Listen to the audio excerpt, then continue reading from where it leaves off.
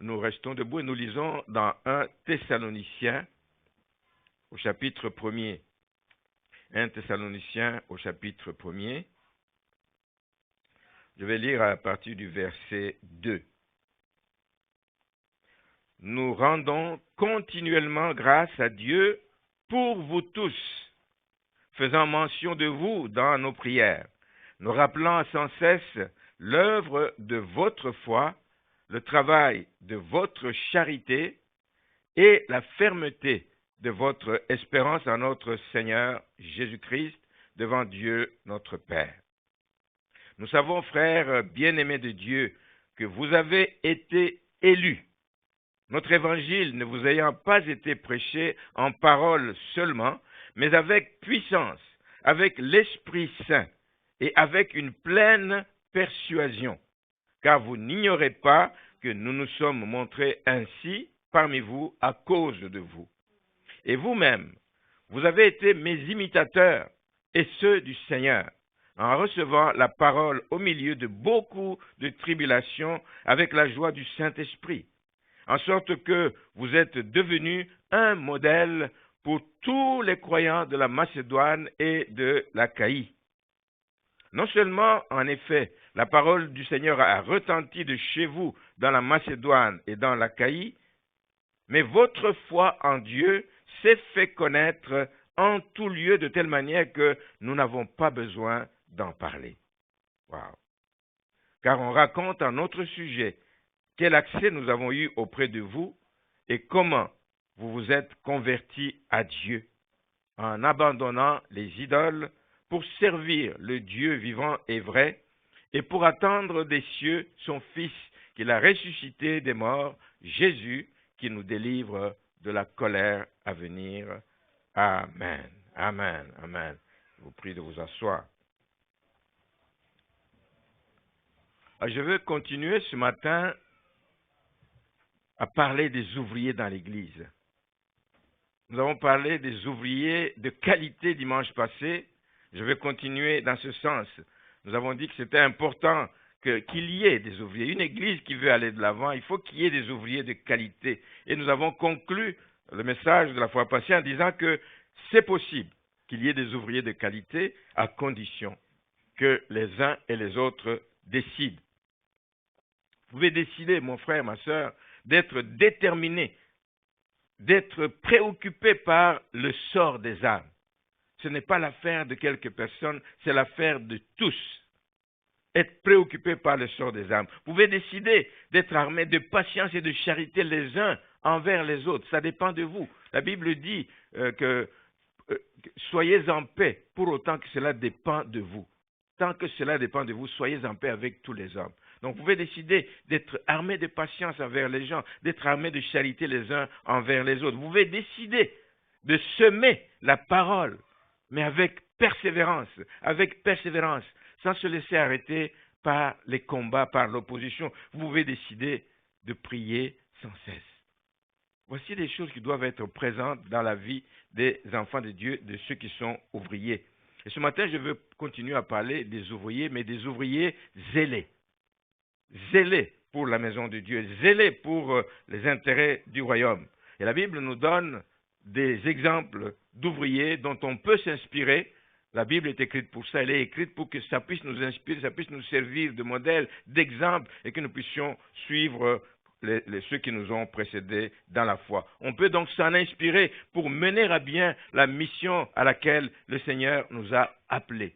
Il y a un que j'aime beaucoup, ceux qui sont dans cette église depuis longtemps savent que j'aime un serviteur qu'on appelle Barnabas. Barnabas qui a travaillé longtemps avec Saul, qui est devenu Paul par la suite, Saul de Tarse qui est devenu Paul.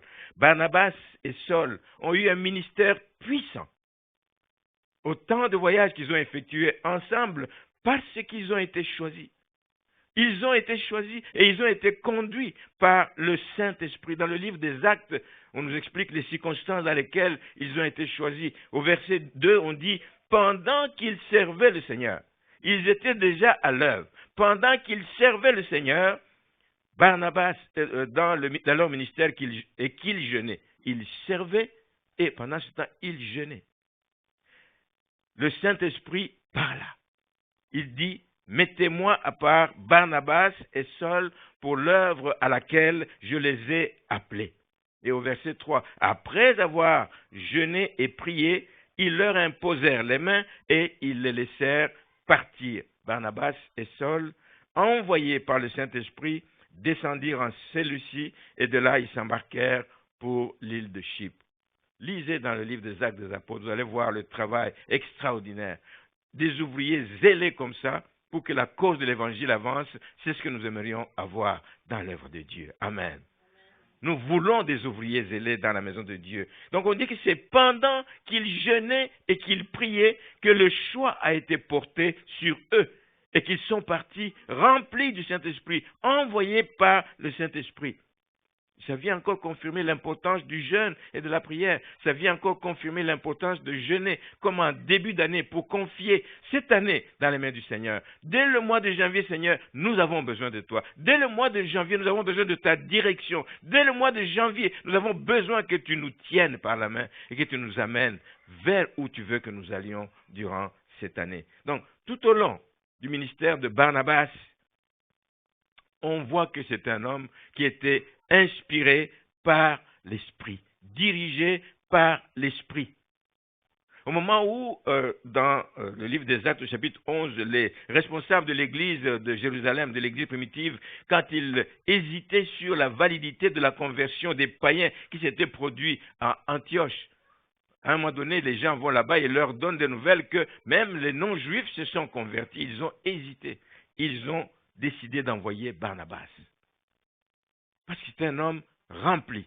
C'est un homme qui marchait par l'Esprit. Il est allé pour vérifier, non pas pour aller imposer les vues des dirigeants de Jérusalem. Il est allé vérifier. Et quand il est arrivé là-bas, puisqu'il avait un regard qui était dirigé par le Saint-Esprit, il a vu que c'était la grâce de Dieu qui s'était manifestée aux païens. Il l'a vu dans Acte 11, 23. Il l'a dit. J'ai vu que c'était la grâce de Dieu qui s'était posée et il n'était pas question de les arrêter. Au contraire, il est resté avec eux, il les a enseignés, il les a exhortés, il les a fortifiés, encouragés à continuer l'œuvre. Le même Barnabas, plus tard, je vous ai dit tout à l'heure qu'il a effectué beaucoup de voyages avec Paul. À un moment donné, il y a eu comme un hic, il y a eu comme un problème entre eux deux à cause de ce jeune homme qui les avait accompagnés lors du premier voyage missionnaire. Ça se passe dans le deuxième voyage missionnaire. Et le problème, c'était que la première fois, il les avait abandonnés, il est rentré à Jérusalem, il les a laissés. Et Paul ne voulait plus faire un autre voyage avec ce jeune homme. Vous savez, Barnabas avait fait confiance à Paul. Barnabas avait comme mis Paul de l'avant, comme étant comme le chef de file. C'est toi qui mènes, c'est toi qui conduis, etc. Mais à un moment donné, puisqu'il a vu que la décision ou la position que Paul prenait vis-à-vis de ce jeune homme n'était pas la bonne. Inspiré par le Saint-Esprit, il a dit non, on ne va pas laisser ce jeune homme, on va aller avec lui. Et il y a eu vraiment une séparation entre eux deux. Mais ce que j'aime, c'est que même quand on se sépare entre enfants de Dieu, mais on continue à œuvrer pour l'avancement du royaume, chacun dans sa direction. Mais on continue à œuvrer. Mais il faut qu'il y ait de bonnes raisons pour qu'on se sépare. Il ne faut pas juste se séparer comme ça. Ils se sont séparés, chacun est allé. Paul est parti avec Silas, lui, il a continué son chemin avec le jeune Marc. Et Marc est devenu celui qui nous a légué l'évangile selon Marc. Ça veut dire qu'il a eu la bonne réaction. Il a eu la bonne intuition, il a eu le bon sentiment, il a pris la bonne décision parce qu'il était conduit par le Saint-Esprit. Laissez-moi vous dire qu'un ouvrier zélé ne fait rien par lui-même. Un ouvrier zélé ne fait rien par lui-même sans prier. Un ouvrier zélé ne fait rien par lui-même sans se laisser conduire par le Saint-Esprit. Ceux qui veulent faire la différence dans leur société, dans leur milieu, dans leur famille, doivent marcher par l'Esprit. Les ouvriers zélés, bien-aimés, cherchons la face de Dieu, que nous soyons remplis de la puissance du Saint-Esprit et nous allons faire toute la différence dans la société dans laquelle nous sommes. Je voudrais vous parler d'un autre exemple. C'est l'exemple que vous connaissez bien, l'exemple de Marie, une jeune fille qui était vierge, une jeune fille qui était fiancée à Joseph. mais à qui le choix a été porté pour devenir la mère de Jésus. On ne va pas aller lire les textes, c'est un long texte dans Luc au chapitre 1er à partir du verset 26 et suivant. Le choix est porté sur une jeune fille. On lui dit qu'elle va être enceinte. L'ange Gabriel se présente à elle et lui annonce qu'elle a trouvé grâce aux yeux de Dieu devant Dieu. Et qu'elle deviendra enceinte. Et il dit, mais comment je deviendrai enceinte parce que je n'ai pas connu d'homme. Il dit, ce sera par la puissance du Saint-Esprit. Elle a été choisie, Marie. Elle a été élue. Ce n'est pas par hasard. Elle a été élue parce qu'elle avait une mission à porter. Cette nouvelle qu'on lui apporte a semé les troubles dans son cœur. Une telle annonce, évidemment, pourrait provoquer des troubles dans n'importe quelle jeune fille qui attend. Il a déjà un fiancé, on lui dit que tu vas être enceinte de la puissance du Saint-Esprit. Ça peut semer les troubles. Mais j'aime la réponse. J'aime la réponse.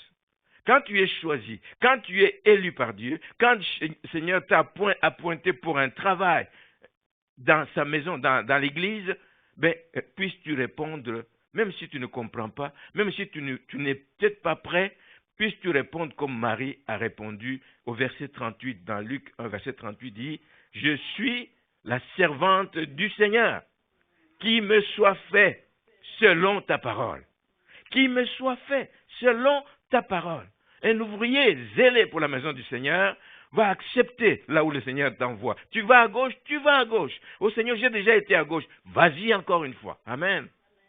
Je n'ai pas fait d'études dans ce domaine. Vas-y. Amen. C'est moi qui inspire, c'est moi qui donne l'intelligence, c'est moi qui donne les capacités.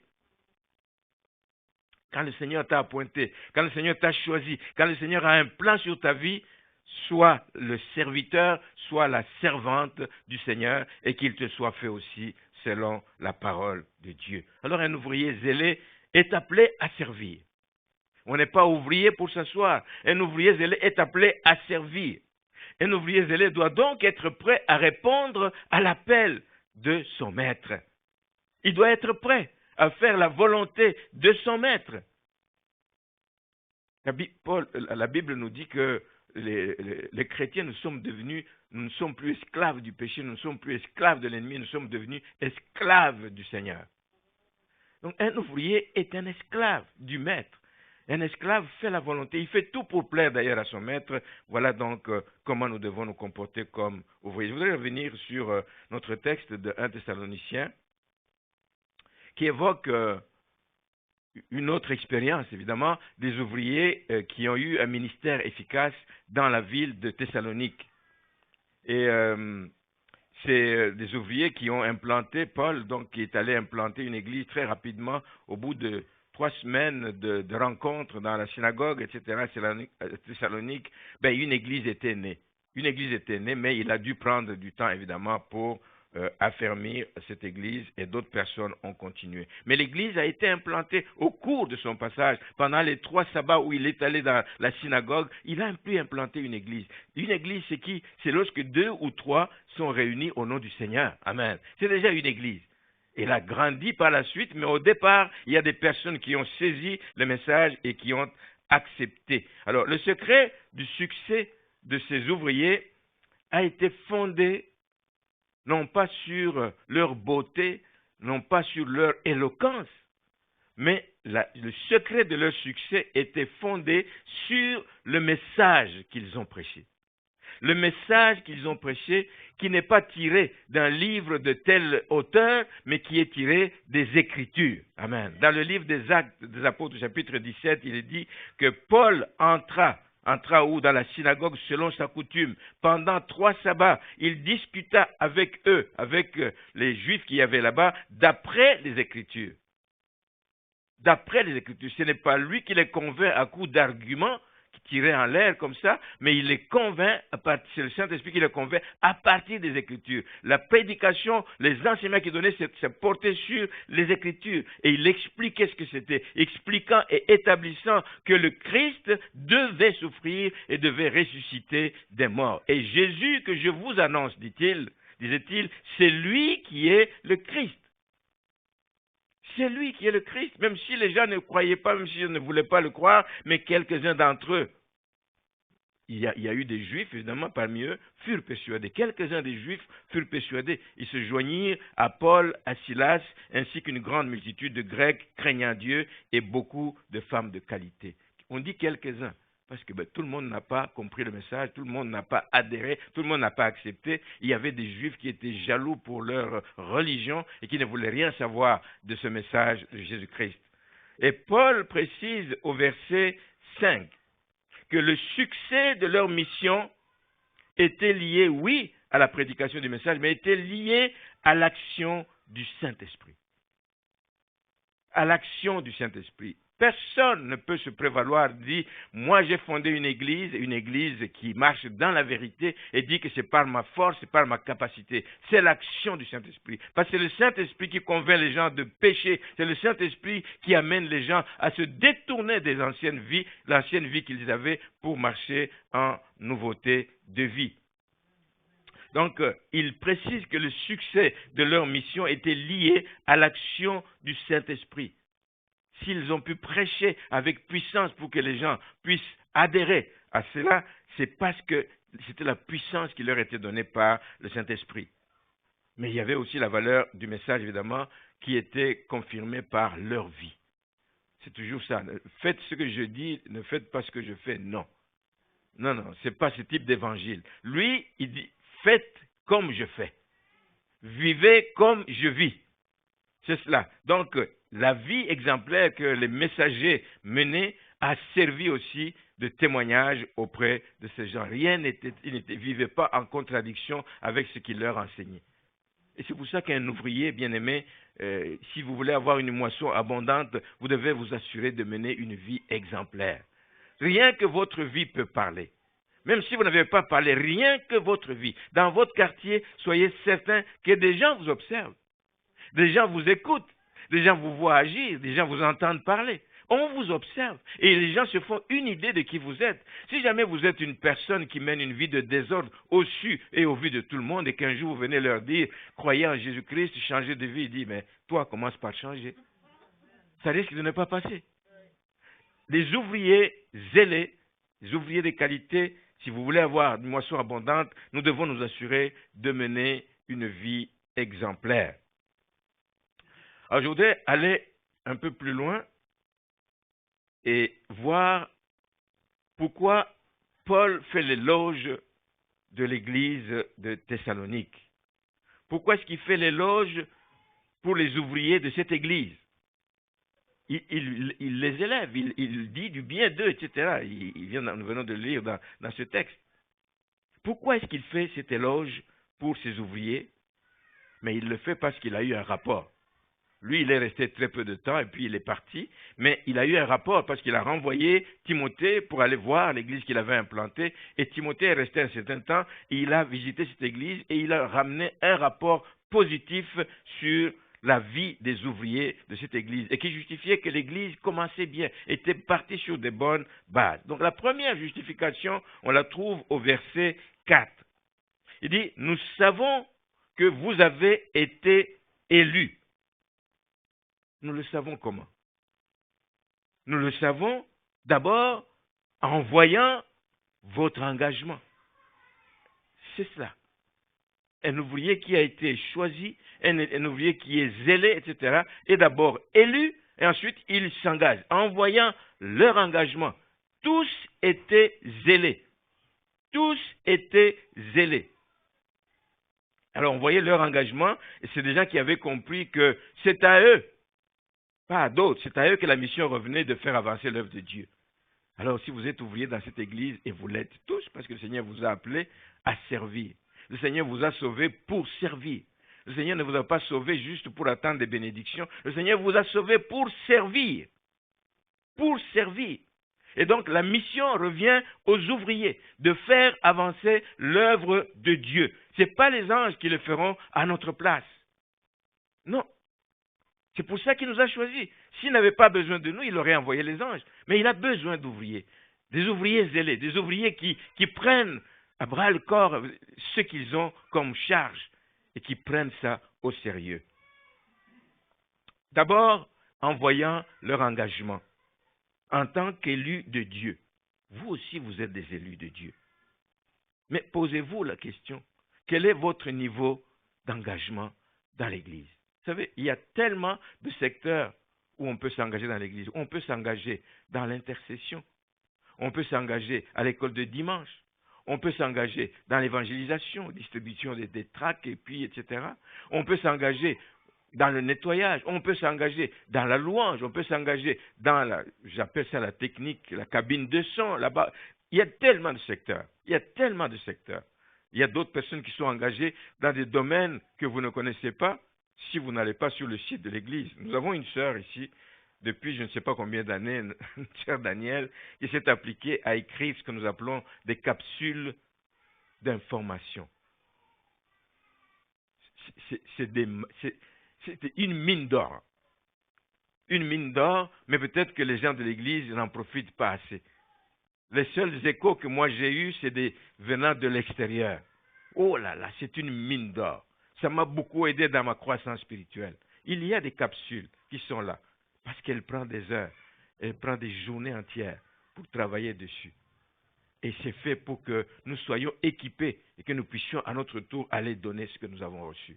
Il y a tellement de choses dans l'Église que l'on peut faire. Donc, en tant qu'élu de Dieu, vous avez été élu pas pour juste les beaux yeux, mais vous avez été élu pour servir. Élu pour servir et pour être engagé. Ensuite, nous avons que vous avez été élu, donc c'est en voyant l'œuvre qui a été accomplie par les membres on pouvait dire aussi qu'ils ont vu non seulement leur engagement, mais ils ont vu aussi des signes de leur foi. Que ces gens étaient des hommes et des femmes de foi. Nous rappelons ça 16, verset 3. L'œuvre de votre foi. Ils se sont engagés, oui, mais ils étaient aussi des hommes et des femmes qui vivaient leur foi. Or, la foi, c'est un don de Dieu. Hein? C'est un don de Dieu pour ses élus. Dieu nous donne ce don pour que nous puissions fonctionner. Amen. Nous vivons dans un monde plein de problèmes. Si nous n'avons pas la foi, beaucoup de choses, nous ne sommes pas capables de les faire. Mais Dieu nous donne le don de la foi pour que nous puissions servir.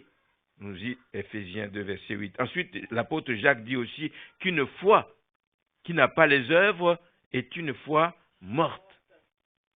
Donc, c'est bien, Dieu nous donne la foi, mais il faut que cette foi produise des œuvres. Et la foi des Thessaloniciens, justement, était agissante, parce qu'elle produisait des œuvres.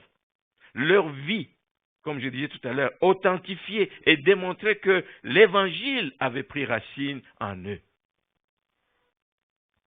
Si vous marchez par la foi, si vous marchez selon les prescrits de la parole de Dieu, nous allons voir des fruits dans votre vie.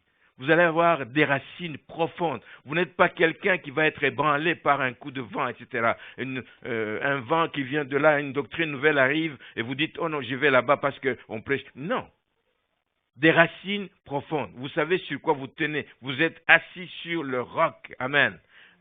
Bâti sur le roc. Vous n'êtes pas mouvant à coup de vent, à coup de tempête qu'il peut y avoir dans la vie. Vous êtes stable. Vous êtes stable. La foi doit produire les œuvres. La foi doit démontrer que l'Évangile a pris racine dans votre vie et que ce n'est pas juste une vie chrétienne superficielle. On l'a vu chez les Thessaloniciens. Qu'est-ce qu'il a vu chez eux? Il parle de leur charité, de leur amour. Il parle de leur amour. C'était des gens généreux. C'était des gens généreux. Ils ont fait preuve de générosité. Par exemple, lorsqu'il s'agissait de prendre part à l'assistance qui était destinée aux chrétiens de Jérusalem, au sein de Jérusalem, les églises de Macédoine se sont mobilisées. Et la Bible dit dans 2 Corinthiens 8 qu'ils l'ont fait malgré leurs afflictions et ils l'ont fait malgré leur pauvreté profonde. Si la Bible dit qu'ils étaient pauvres, ils étaient pauvres. Mais malgré cette pauvreté profonde, ces gens ont pris le temps de donner. Ils ont manifesté leur amour pour des frères qui étaient dans le besoin. Ils ont donné de riches libéralités. Un ouvrier doit le manifester aussi, doit être généreux. Généreux de son temps, généreux de son argent, généreux de ses capacités, généreux de son savoir-faire. L'Église a besoin de toutes ces choses, bien-aimés. Il parle ensuite, au verset 3 toujours, il parle de la fermeté de votre espérance. Leur espérance était ferme, parce que la foi est une ferme assurance. C'est une ferme assurance que Christ revient bientôt. Et ils espéraient au retour de Jésus-Christ. Ils espéraient le retour de Jésus-Christ. Et nous savons qu'il revient bientôt. Bientôt. Et que nous savons que les morts en Christ vont ressusciter pour la vie éternelle. Eux, ils espéraient. Ils avaient cette espérance là-bas et qui fait que c'était véritablement des ouvriers donc, qui étaient bien zélés dans le travail qu'ils ont fait. J'ai parlé de la première justification, c'est que il dit, nous savons que vous avez été élus. Voilà pourquoi il fait l'éloge de ces ouvriers de Thessalonique. La deuxième justification, on la voit au verset 6.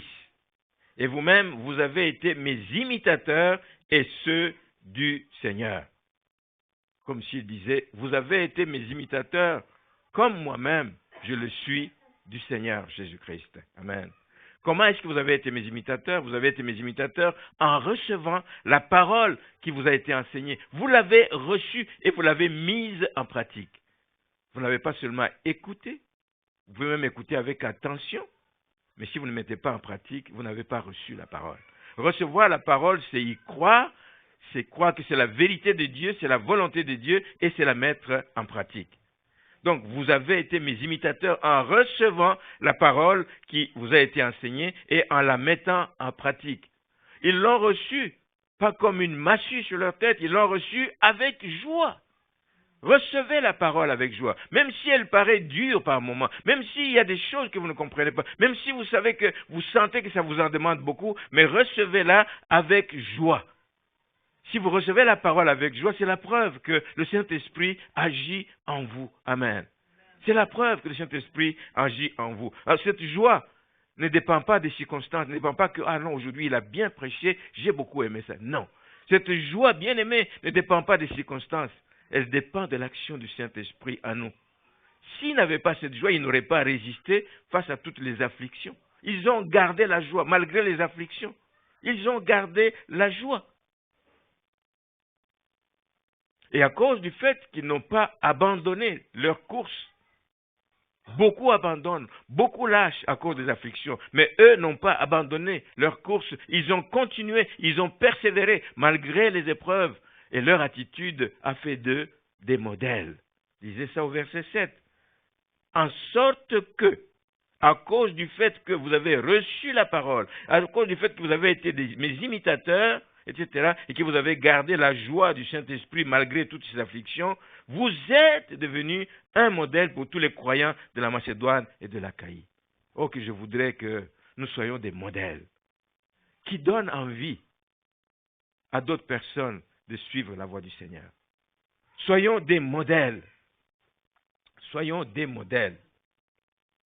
Les ouvriers zélés doivent prendre pour modèle des gens comme Barnabas, des gens comme Paul, des gens comme les héros de la foi, des gens qui ont marché sur les traces de Jésus-Christ et tous ceux qui ont accepté le martyre à cause de l'Évangile. Voici les modèles que nous devons prendre. Et qu'à notre tour, nous aussi, puisque nous les imitons, que nous puissions aussi devenir un modèle pour d'autres personnes. Et ça prend des conditions à remplir pour cela. Il y a une vie que vous devez mener, il y a une marche que vous devez avoir, il y a une attitude que vous devez développer, il y a une vie qui doit parler autour de vous pour qu'on puisse vous prendre pour modèle. La troisième justification, on la lit au verset 8. Il dit, non seulement en effet la parole du Seigneur a retenti de chez vous dans la Macédoine et dans l'Asie, mais encore votre foi en Dieu s'est fait connaître en tout lieu. La foi des Thessaloniciens n'est pas restée juste entre eux dans la région là-bas, elle s'est fait connaître en tout lieu. Il a dit la même chose pour les Romains. Il dit, la foi des Romains, dit-il, était renommée dans le monde entier. En fait, le monde entier de l'époque, ça ne regroupait pas nécessairement l'Afrique, c'était le monde de l'Empire romain à cette époque, etc. Et ceux qui y habitaient, donc tout ce qui quand on dit votre foi est renommée dans le monde entier, c'est ce qui existait autour de l'Empire romain à cette époque-là. Donc, la foi des Thessaloniciens s'est fait connaître aussi en tout lieu, comme celle des Romains avait une renommée dans le monde entier. Et si bien que partout où ils allaient, donc, ils évangélisaient.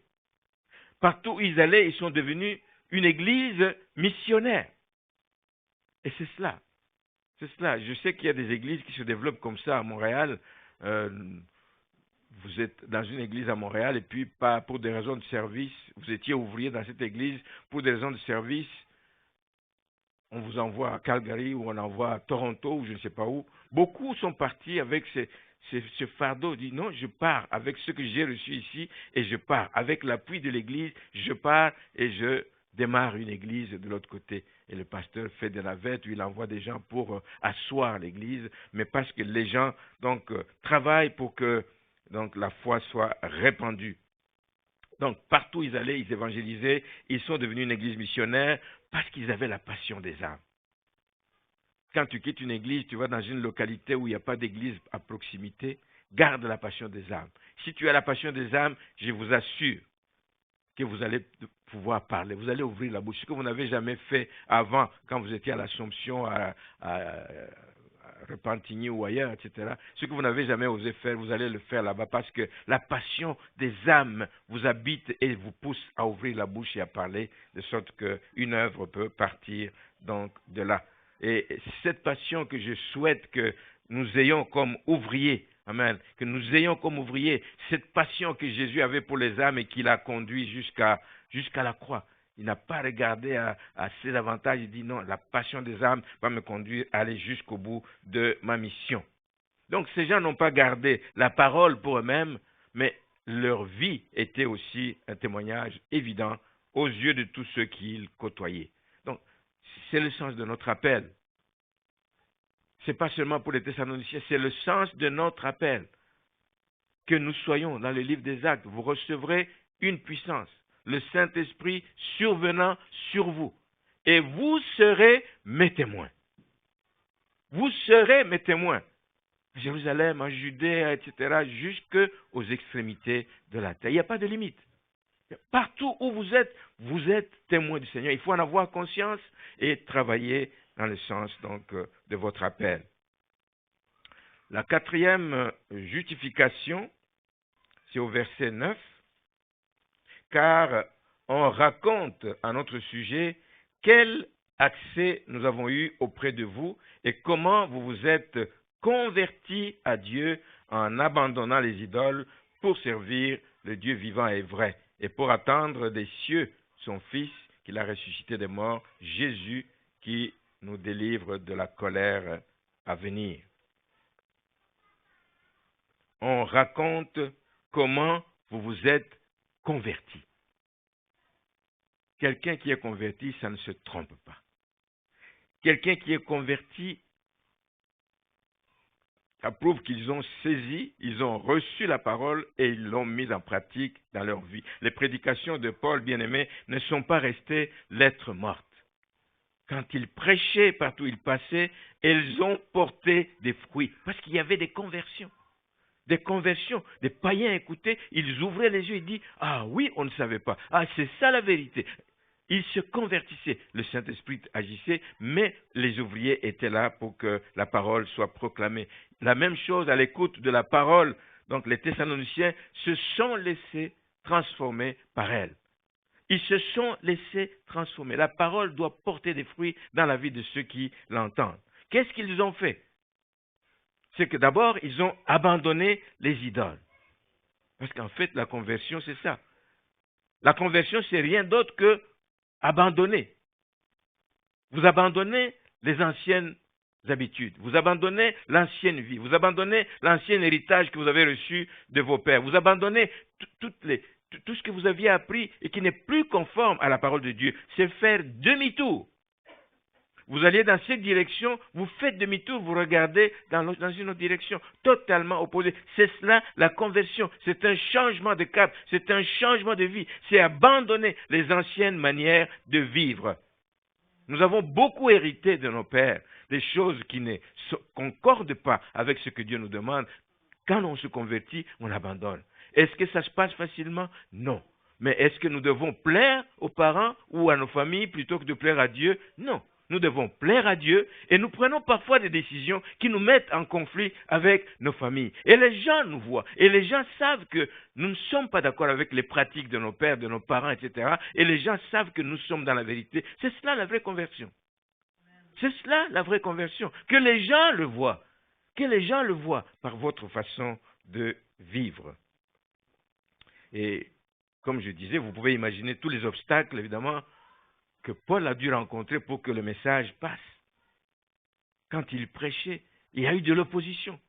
Quand il prêchait pour que les gens abandonnent les idoles, Dieu n'est pas fait de main d'homme. Les idoles ne vous donnent rien. Les idoles ne répondent pas à vos cris. Les idoles n'ouvrent pas des portes. Les idoles ne voient même pas quand vous souffrez. Mais Dieu le voit. Amen. Alors adorez le vrai Dieu. Tournez-vous vers le vrai Dieu. Seigneur. Il a dû rencontrer des obstacles terribles. Le premier des obstacles dont la Bible parle, c'est l'histoire de ce Démétrius qui, lui, vendait ses idoles. Il fabriquait ses idoles, il faisait beaucoup d'argent avec ça. Imaginez, hein? Qu'est-ce qu'il peut devenir? Il va vouloir que chercher du mal à Paul. Il va vouloir soulever des masses pour qu'on s'oppose à Paul. Il a connu des obstacles, mais il n'a pas arrêté. Il est allé jusqu'au bout. Il y a des gens qui croyaient en ces idoles, qui croyaient vraiment à la protection de ces idoles, que les idoles leur apportent. Il faut qu'on convainque ces gens. C'est le Saint-Esprit, mais il faut leur parler. Dire, vous êtes dans l'erreur. Vous n'êtes pas dans le droit chemin. Changez de mode de vie. Vous allez voir la main de Dieu. Vous allez voir la différence dans votre vie. Amen. Il a vu ces oppositions là-bas. Mais Dieu a brisé tous ces obstacles et l'évangile a pris racine. L'évangile a pris place dans la vie des gens. Ils ont décidé d'abandonner les idoles. Ils ont décidé de se tourner, non pas vers une nouvelle religion. La conversion, ce n'est pas qu'on change de religion. La conversion, c'est qu'on se tourne vers le Dieu vivant et vrai. Le grand Dieu, redoutable par ses œuvres. Le Créateur. Avec un mot de sa part, tout change. Je voudrais dire que se tourner vers Dieu, c'est accepter de le servir. C'est ce qui nous est dit dans ce passage au verset 9, nous l'avons vu. Vous vous êtes convertis en abandonnant les idoles pour servir. Pour servir. Pas juste pour contempler. Pour servir le Dieu vivant et vrai. Les ouvriers zélés sont des personnes converties, mais qui sont là pour servir. Et un chrétien, bien aimé, pour un chrétien, servir à quelque chose de particulier. C'est que nous servons Dieu. Je l'ai dit tout à l'heure que nous devenons esclaves du Seigneur.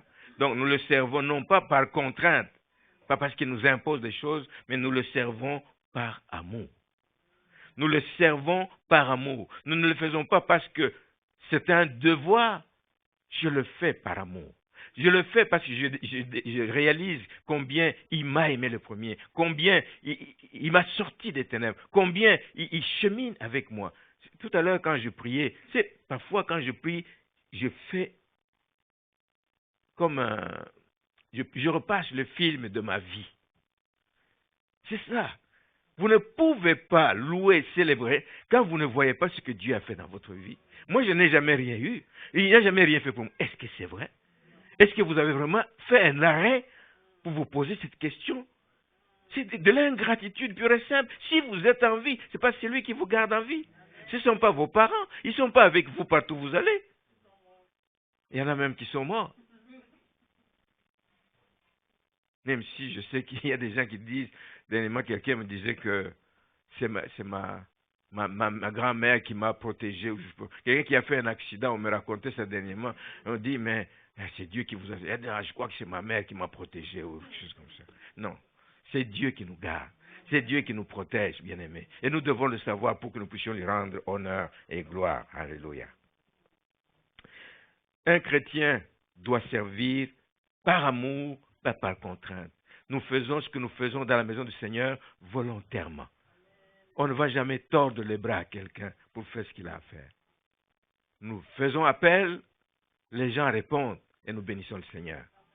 Quand les gens ne répondent pas, nous cherchons des solutions ailleurs. Ce qui n'est pas normal parce que nous devons trouver les solutions dans cette église. Celui qui a implanté cette église ici à l'Assomption savait en l'implantant qu'il enverra des ouvriers qui doivent savoir faire ceci et cela. Tout ce que nous avons besoin de faire. Amen.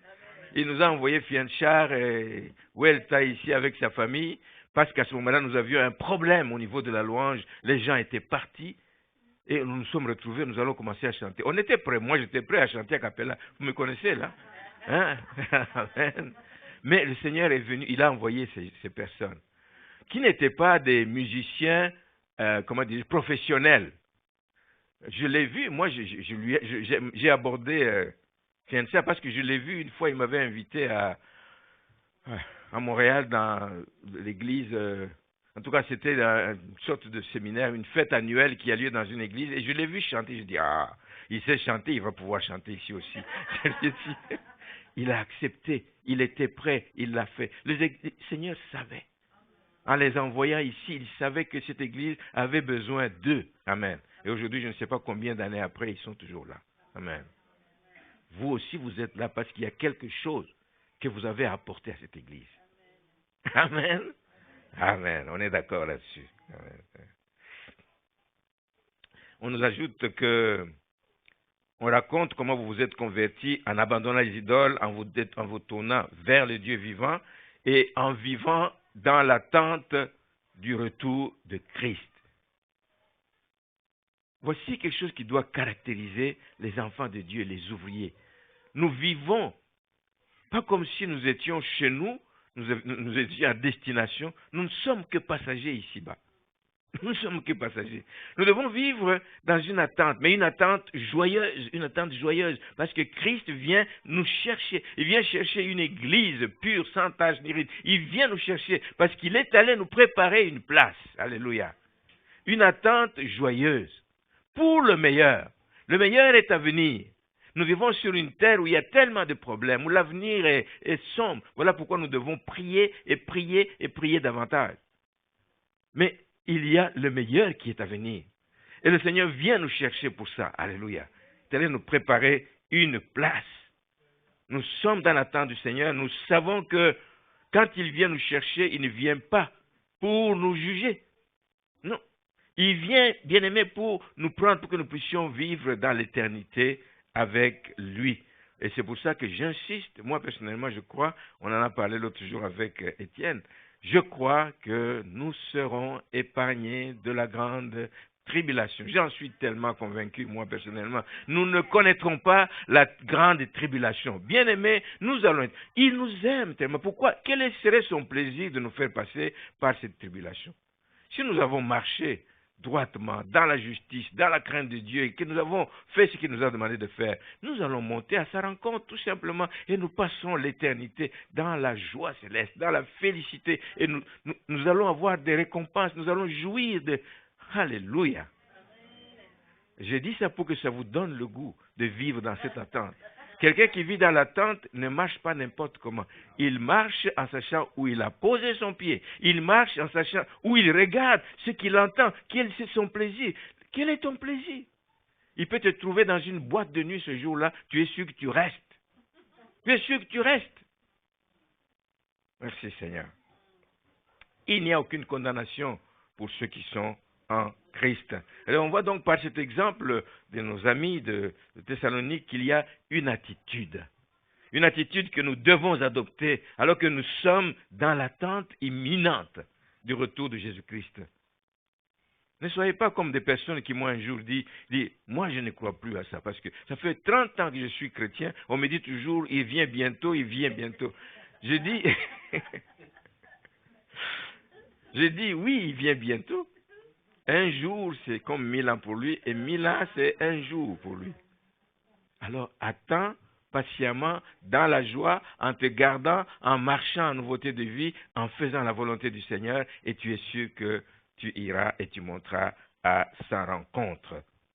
Jésus nous a promis qu'il viendra nous chercher. Dans Jean 14, verset 3, il dit, « Lorsque je m'en serai allé et que je vous aurai préparé une place, je reviendrai. Je reviendrai et je vous prendrai avec moi afin que là où je suis, vous y soyez aussi. » Alors je voudrais terminer.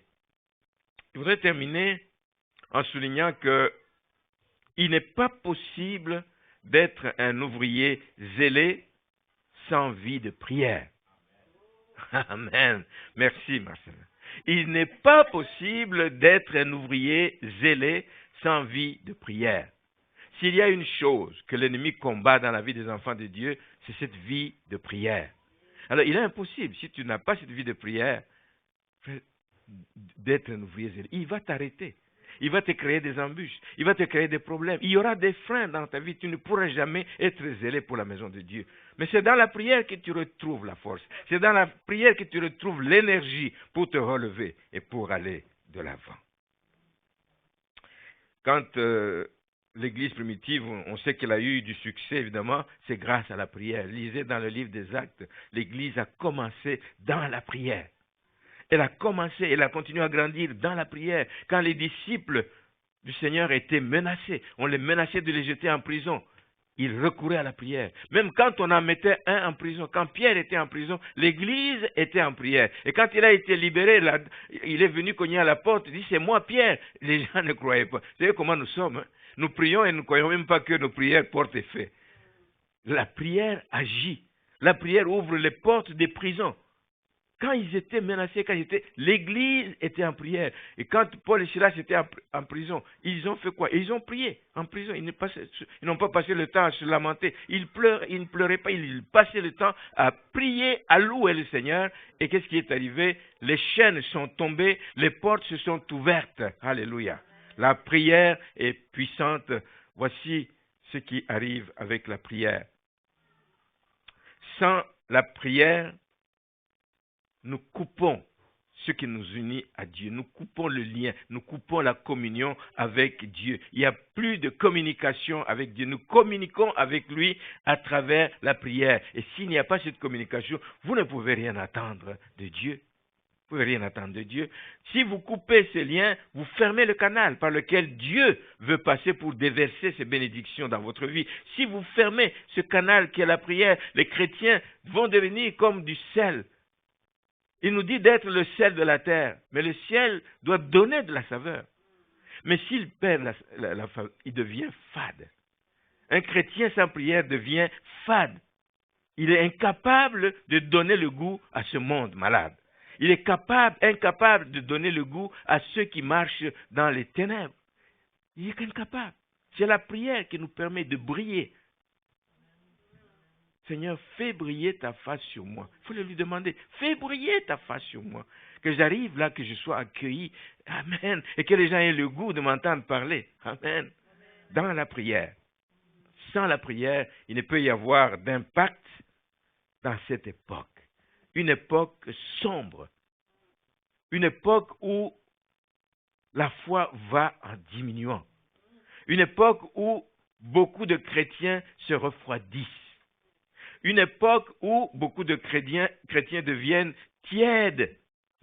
Parce que soit chaud ou froid, c'est encore mieux que d'être tiède. Donc, beaucoup de chrétiens deviennent tièdes. Beaucoup abandonnent de plus en plus les voies du Seigneur. Vous en connaissez autant que moi j'en connais. Des gens avec qui on a commencé, des gens avec qui on a évolué, et du jour au lendemain, vous le voyez, et il ne veut plus rien savoir. Non. Non, moi j'ai perdu mon temps pendant des années avec vous là-bas, j'ai trouvé ma voie, j'ai trouvé une autre voie. C'est la voie qui te mène vers la perdition, tout simplement. Amen. Parce qu'en dehors du Seigneur, il n'y a pas de salut. Alors je vous invite à prendre conscience que l'heure est grave, bien-aimés, que ce n'est pas le temps de vivre dans l'indifférence, parce que l'avenir du monde est sombre. Ce n'est pas moi qui le dis, vous l'entendez dans les radios. Ce n'est pas de bonnes nouvelles que nous avons. Ce n'est pas de bonnes nouvelles. Sur tous les plans. Des guerres ici. Et rien de bon ne se passe en ce moment. C'est le temps que l'Église doit se lever. Les ouvriers zélés doivent considérer la prière non pas comme un fardeau. Les pasteurs nous imposent. Non, je n'impose à personne la prière, bien-aimé. Nous devons considérer la prière comme un privilège. Et effectivement, c'est un privilège de communiquer avec le roi des rois, de communiquer avec le Dieu tout grand, tout puissant. Il peut te parler, tu peux lui parler. L'accès est libre. Jésus nous a ouvert la voie. C'est un privilège d'approcher le trône de la grâce. Et si nous approchons le trône de la grâce coule, la miséricorde coule, etc. Le pardon coule et tout le reste. Donc, prenons ça comme un privilège et nous obtiendrons la faveur de Dieu. On verra les portes qui étaient fermées s'ouvrir. On verra des chrétiens redevenir bouillants. On verra des païens se convertir. On verra beaucoup de choses qui vont se passer grâce aux ouvriers qui se lancent dans la prière. Et les gens auront un cœur qui est touché à l'écoute de l'Évangile. À l'écoute de l'Évangile. Souvent, nous voulons faire un exercice d'aller évangéliser, mais est-ce que nous prions avant d'aller évangéliser? Seigneur, mets quelqu'un sur mon chemin, quelqu'un que tu as préparé. Il y a déjà des témoignages, je ne me rappelle plus qui nous a dit ça ici. Des gens qui prient comme ça. Mets quelqu'un sur mon chemin, je veux aller parler de toi. Et le Seigneur le fait. Et tu arrives, tu trouves une personne et tu lui parles et la personne est sensible, etc. Et tu peux lui donner un pamphlet, tu peux lui donner un évangile, tu peux lui donner quelque chose et lui donner même des coordonnées pour qu'il puisse grandir. Parce que c'est une erreur toujours de dire aux gens, recevez, même s'il accepte de faire la prière de repentance et tout. Après vous lui dites, faisons la prière et puis le salut est entré dans votre vie. Non, frère, il faut qu'il y ait cette conversion-là. Il faut qu'il y ait ce changement. Il faut que la personne décide réellement et que, avec le temps, qu'on puisse voir les fruits qui se manifestent dans sa vie. Amen. Amen. Nous voulons avoir une récolte abondante, mais nous avons des choses à faire, bien-aimés. Nous avons à nous disposer et nous avons à prier pour que la gloire de Dieu se manifeste.